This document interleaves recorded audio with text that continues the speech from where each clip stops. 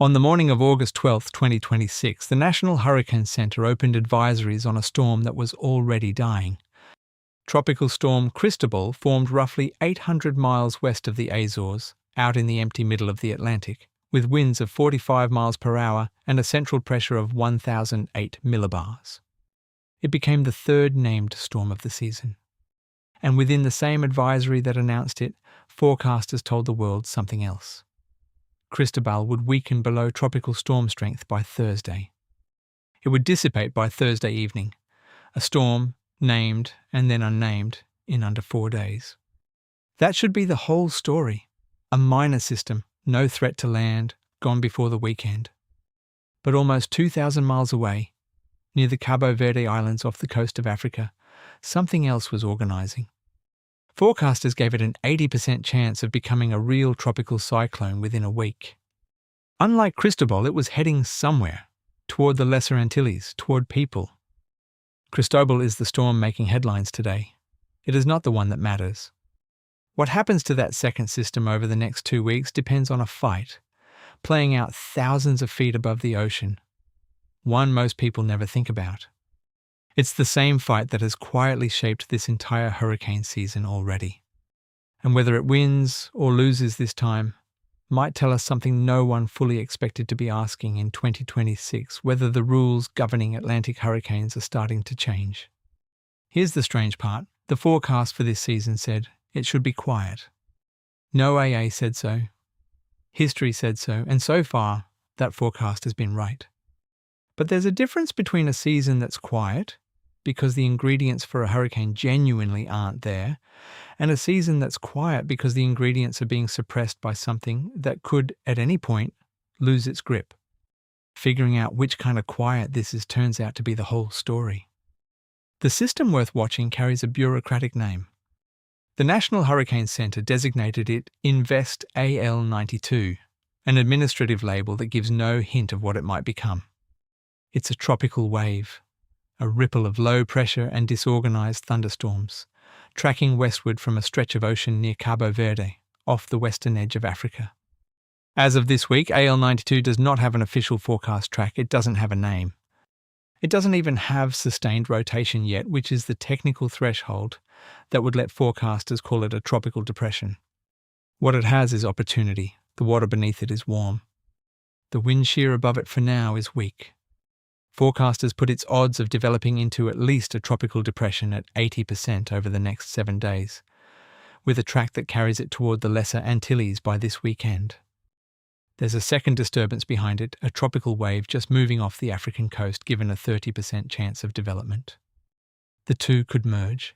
They could stay entirely separate, arriving days apart. Nobody knows yet, and that's not forecasters being cautious. It's the honest state of the science this many days out. A system that hasn't organised into a closed circulation is, by definition, unpredictable in a way a named storm isn't. You can't forecast the path of something that doesn't yet have a centre to track. This is worth sitting with for a second because it's easy to read 80% chance of development and hear something closer to certainty than the number actually represents. 80% is a probability about organisation, not about strength, and not about where the storm ends up once it does organise. A tropical wave can go from an 80% chance of becoming a depression to an actual depression to a named storm to a hurricane, or it can stall at any one of those steps and never advance further.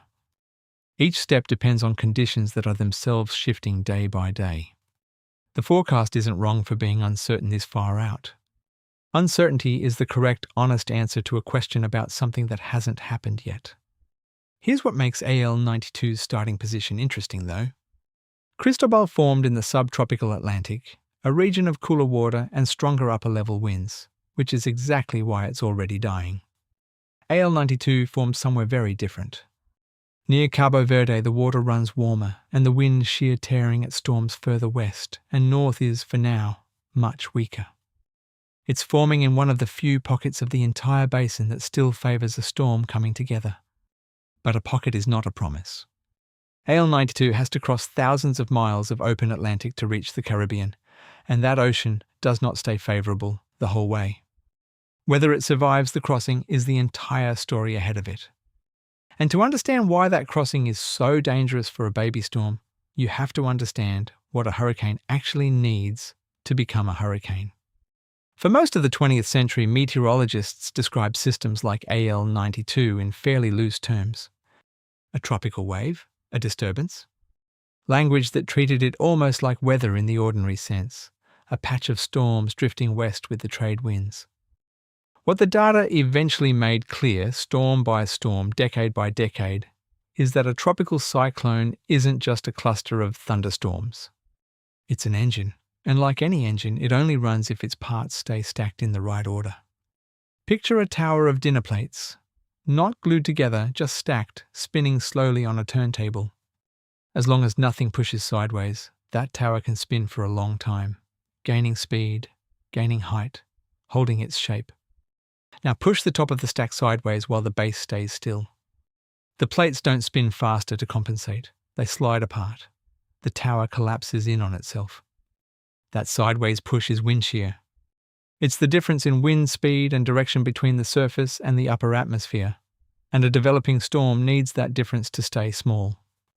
A storm builds by drawing warm, moist air up from the ocean surface, letting it rise, cool, and release energy as it condenses into towering thunderstorms, stacked one on top of another around a shared center. If the winds at 5,000 feet and the winds at 35,000 feet are blowing at wildly different speeds or from wildly different directions, that rising column gets tilted, the same way pushing the top plate sideways tilts the stack. The heat engine at the bottom gets separated from its exhaust at the top. Rain that should be falling back into the storm's core, recycling its energy, instead gets flung out ahead of it. The storm can't hold itself together long enough to tighten into the compact, symmetric, closed circulation that turns a disturbance into a hurricane. Warm water is the fuel. Low wind shear is the condition that lets the engine hold together long enough to actually burn that fuel. AL92 has both right now near its birthplace close to Africa. Whether it keeps both is the entire question hanging over the next several days, because the shear it's about to cross into is not uniform across the basin. It gets worse the further west the storm travels, for a reason that has nothing to do with AL92 itself, and everything to do with what's happening in the Pacific Ocean on the completely opposite side of the planet. Before getting to that reason, it's worth looking at what's already happened this season, because AL92 isn't developing in a vacuum. It's the fourth attempt. Arthur was first, forming in mid-June in the warm waters of the Gulf off the Texas coast. A promising start in warm water early in the season. Bertha followed not long after, also born in the Gulf, in conditions that should have given it room to strengthen. Then Cristobal, out in the subtropical Atlantic, already fading as AL92 organises behind it, half a world away by ocean standards. 3 named storms this season, and not one of them reached hurricane strength, not one. That's not normal for mid-August. This is typically when the Atlantic starts waking up in earnest, when the ocean has had all summer to store heat and the atmosphere becomes more willing to let storms build without interference. Instead, 2026 has produced 3 storms in a row that all hit some kind of invisible ceiling, weakening or stalling before they could organise into anything dangerous. Something has been capping this season from its very first storm. And it's the same something standing between AL92 and the Caribbean right now. There's a pattern worth naming in where those 3 storms formed too. Arthur and Bertha both came together in the Gulf, not the open Atlantic. That's not a coincidence, and it circles back to something forecasters have flagged about this season specifically. The El Niño suppression mechanism is reliable across the open Atlantic, where AL92 now has to travel, but it's considerably less reliable in the Gulf of Mexico and along the southeastern United States coast. The upper-level winds that choke off storms in the mid-ocean don't set up the same way over the Gulf's smaller, warmer basin. That's part of why Arthur and Bertha could even form there in the first place, even in a season otherwise stacked against development. It's also a reminder that El Niño suppresses the Atlantic isn't a single basin-wide dial turned down uniformly. It's a patchwork, stronger in some corners of the ocean than others, and AL92 is heading straight into the corner where it's strongest. On August 6, 2026, NOAA released an updated outlook for the rest of the Atlantic hurricane season. It assigned a 75% probability of a below-normal season, an increase from earlier in the year. The range? 7 to 13 named storms total for the whole season, including the 2 already on the books at the time of the update. Somewhere between 2 and 6 hurricanes. As few as 0 major hurricanes, meaning storms of Category 3 strength or higher. If the season ends without a single major hurricane, it would be the first time that's happened since 2013. Ken Graham, director of the National Weather Service, attached a caveat to that forecast that's worth holding on to, because it's doing more work than a passing quote usually does. He noted that while El Niño's impact in the Atlantic Basin can often suppress hurricane development, there's still real uncertainty in how any given season will actually unfold. That's not hedging for the sake of covering the agency. It's an acknowledgement that the mechanism about to be explained is a strong tendency, not an iron law. Keep that distinction in mind. It matters more than it sounds like it should. But first, the mechanism itself. Because El Niño suppresses hurricanes is the kind of sentence that gets repeated every summer without much explanation of how a warm patch of ocean on the other side of the planet reaches all the way into the Atlantic and reshapes storms forming near Africa, 4,000 miles from where the warming is actually happening. It starts with something called the Walker circulation, a giant, slow-turning loop of air that normally connects the Western Pacific to the Eastern Pacific. In an ordinary year, warm water pooled in the Western Pacific causes air to rise there, travel east high in the atmosphere, sink over the cooler Eastern Pacific and flow back west along the surface as steady trade winds. It's a closed loop, and it's one of the major organizing patterns of the entire tropical atmosphere, quietly shaping weather on continents that have never heard of it. El Niño breaks that loop. When the central and eastern Pacific warms instead of staying cool, the rising branch of the circulation shifts eastward with the heat, and the whole loop reorganizes around a new center of gravity. That shift doesn't stay contained to the Pacific Basin. It ripples outward through the upper atmosphere, propagating along the same high-altitude wind patterns that connect weather systems across entire hemispheres. And one of the places it lands is directly over the Caribbean and the tropical Atlantic, in the form of unusually strong upper-level winds blowing from the west. That's the shear, the same sideways push that collapses the tower of plates. El Niño doesn't reach into the Atlantic and grab storms directly, the way it's sometimes described in shorthand. It changes the shape of the atmosphere thousands of miles away, over a completely different ocean, and that changed shape shows up over the Atlantic as exactly the kind of high-altitude wind that tilts a storm apart before it ever gets the chance to stack itself into something dangerous. This is why Arthur and Bertha struggled even in the warm Gulf, where fuel was never the problem. It's why Cristobal is dying on schedule right now, out in the open Atlantic. And it's why AL92's real test isn't its berth near Cabo Verde, where conditions are still locally favourable and the shear hasn't caught up with it yet. The real test is the crossing into a stretch of Atlantic where this El Niño-driven shear is, on average, stronger than it's been in years. On average. That phrase is carrying a lot of weight, and it's about to matter enormously. Here's the part of the story that complicates everything said so far, and it's not a footnote tacked on for balance. It's the reason meteorologists are watching this particular season more nervously than a below-normal forecast alone would suggest.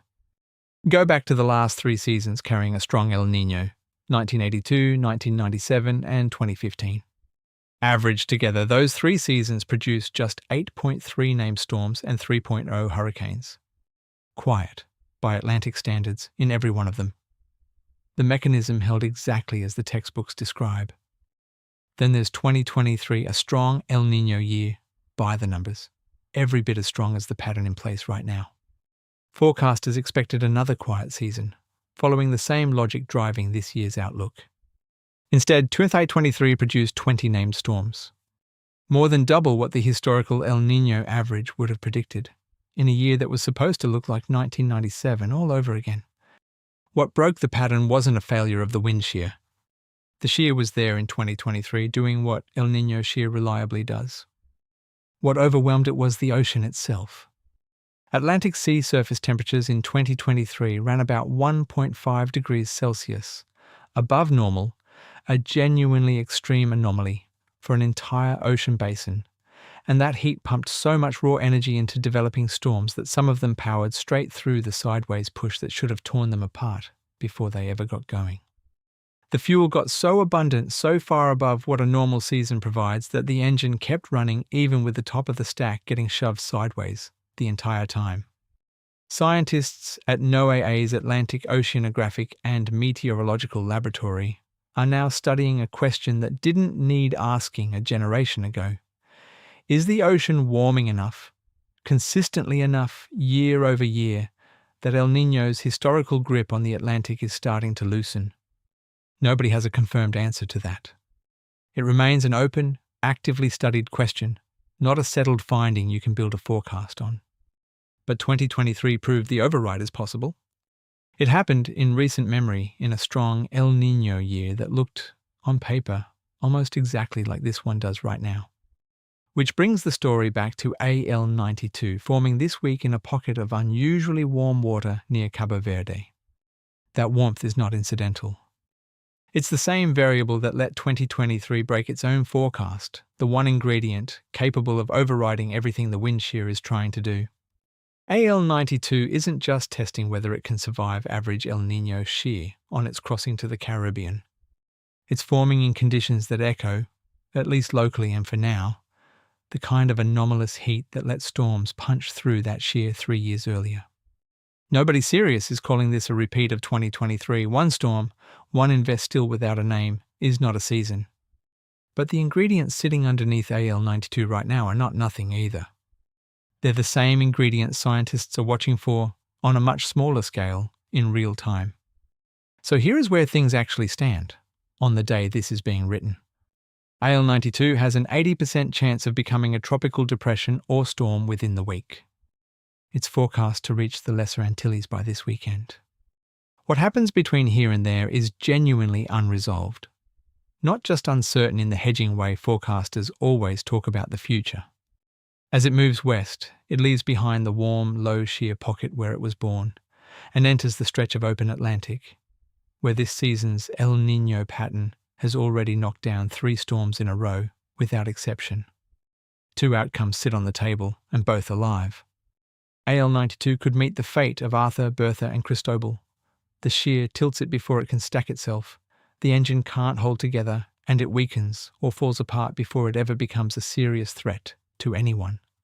Or the warm water underneath it does what warm water did across the whole basin in 2023, feeding it enough energy to hold its structure together and organize into something that actually reaches the islands with real strength behind it.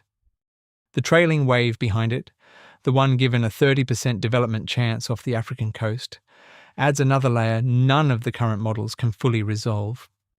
If it merges with AL92's remnants, or follows closely enough behind to ride in its wake, the whole picture over the next 2 weeks shifts again, in ways that are simply too far out to forecast with any confidence today.